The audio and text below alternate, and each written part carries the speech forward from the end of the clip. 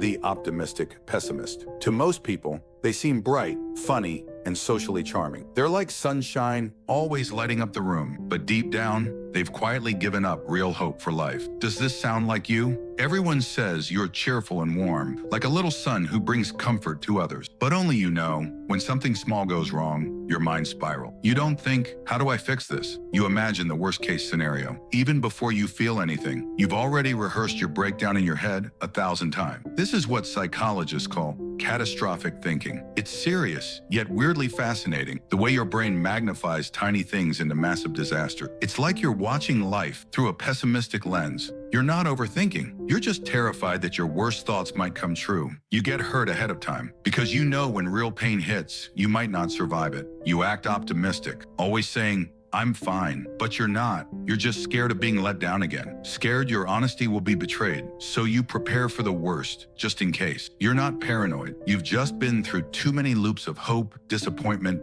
and collapse. Your brain learned to sound the alarm early, but your heart, it's exhausted. You've learned to hide your emotions, saying it's okay, even when it's not. Because deep down, you believe no one would really understand. You often open a message box, type a long text, then delete it. Write again, delete again. And in the end, you send nothing. You're afraid of bothering people, more afraid that if you send it, no one will respond. So you scroll through videos at night until one line hits too close. Suddenly, tears come rushing in. But even then, you tell yourself, hold it in, it's not a big deal. The next morning, you get up like usual, wash your face, head out, smile like always. In psychology, this is called high-functioning depression. On the outside, everything seems fine. You may even outperform others, but inside, you're in a constant emotional tug-of-war. This didn't happen overnight. It's the result of years of suppression, emotional neglect, and self-blame. As a kid, were you constantly criticized, even for small mistakes? Did your parents say things like, why can't you just behave? Or, you always make things harder? When you hear that enough times, you start to believe, maybe I'm just not good enough. And that's when a little voice grows inside you. I have to be better, only then will I be worthy of love. Psychologists call this conditional self-worth. You believe love must be earned by never failing,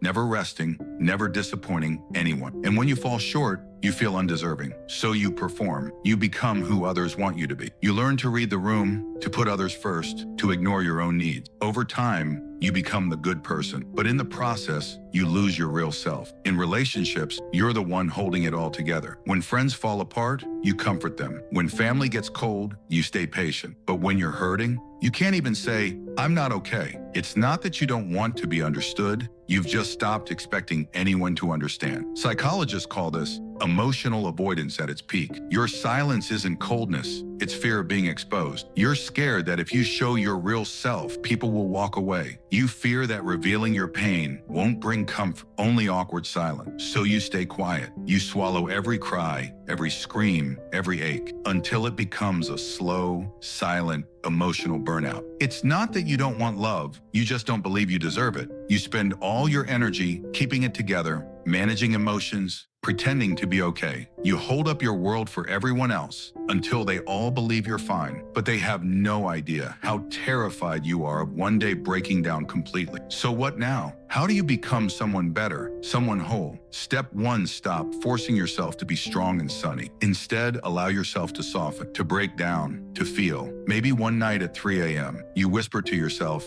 I don't think I can do this anymore. You're not too emotional. You're just long overdue for someone to really listen, to respond with warmth. So give yourself just 5 minutes. Close your eyes, put your phone down. Don't explain, don't respond. That's not laziness, that's healing. It's not escaping. It's finally letting yourself breathe. Next time your emotions crash like a wave, don't ask, why am I like this again? Pause. Ask, do I need an answer or a hug? You don't need to be perfect to be strong. Just be honest, gently, slowly. Start with one small thing. Stop doubting your pain. Stop laughing at your softness. You've held on for so long. You've carried so much. It's time to stop pretending. Even if it's just whispering in your heart, I'm trying. It'll get better. You don't need to be flawless to be worthy. You don't need to smile all the time to be loved. Because you, just as you are, deserve to be treated with care.